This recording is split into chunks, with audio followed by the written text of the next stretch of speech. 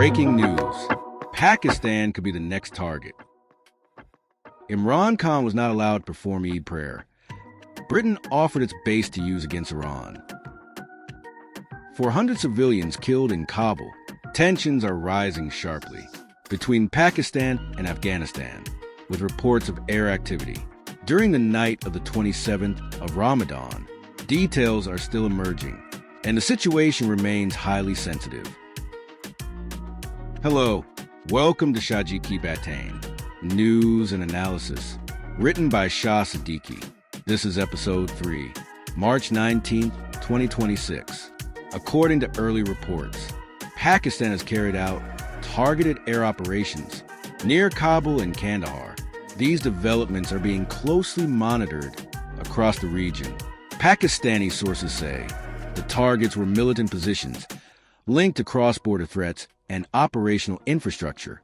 But Afghan Taliban sources claim civilian locations may have been hit, including areas where non-combatants were present. According to Taliban sources, Pakistan bombed a drug rehab center where more than 400 patients killed in Kabul. There is no independent confirmation of the full scale of damage or the number of casualties in the other areas. However, what is clear is this: tensions have entered a dangerous phase between the two neighboring countries. This is not just a border issue. It has a potential to impact regional stability, security coordination, and internal dynamics on both sides. Any further escalation could lead to wider consequences for South Asia and beyond.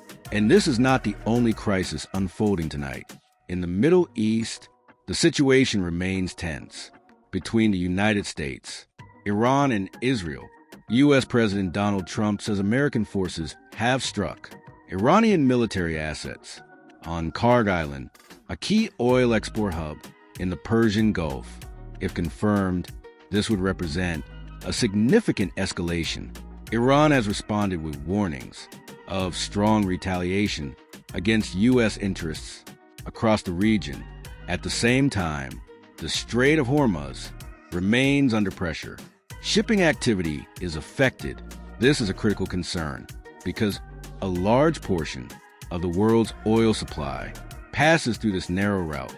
Any disruption here could directly impact global markets, energy prices, and trade flows. And now, a major development from Washington. U.S. Director of National Intelligence, Tulsi Gabbard, has issued a serious warning. She says Pakistan is among the biggest nuclear threats to the United States, alongside Russia, China, and North Korea. This statement is likely to carry serious diplomatic implications and could further strain relations in an already tense global environment. Meanwhile, in another significant development, Britain has reportedly offered its air bases to the United States for potential operations against Iran.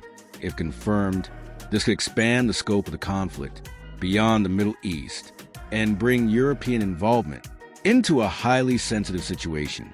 Meanwhile, social media was flooded with rumors about Israeli Prime Minister Benjamin Netanyahu. Claims of his death spread rapidly across multiple platforms, but those rumors were challenged when Netanyahu appeared in a video message confirming he is alive. The incident highlights how misinformation spreads quickly during periods of geopolitical tension. Meanwhile, in Pakistan, the political situation remains tense. Former Prime Minister Imran Khan is still in prison.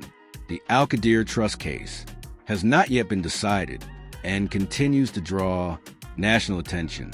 There are also growing concerns about his health condition and access to proper medical care.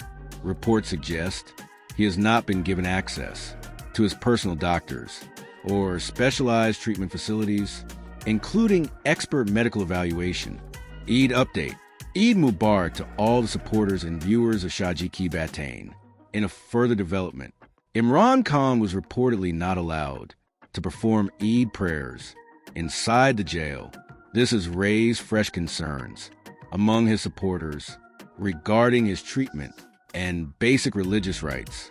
So, tonight, from South Asia to the Middle East, multiple crises are unfolding at the same time. The global environment is becoming increasingly uncertain and more complex. The coming days will be critical. Will tensions ease or move toward further escalation? For now, the world is watching closely. This was Shaji Kibatain, news and analysis, written by Shah Siddiqui. Thank you for watching.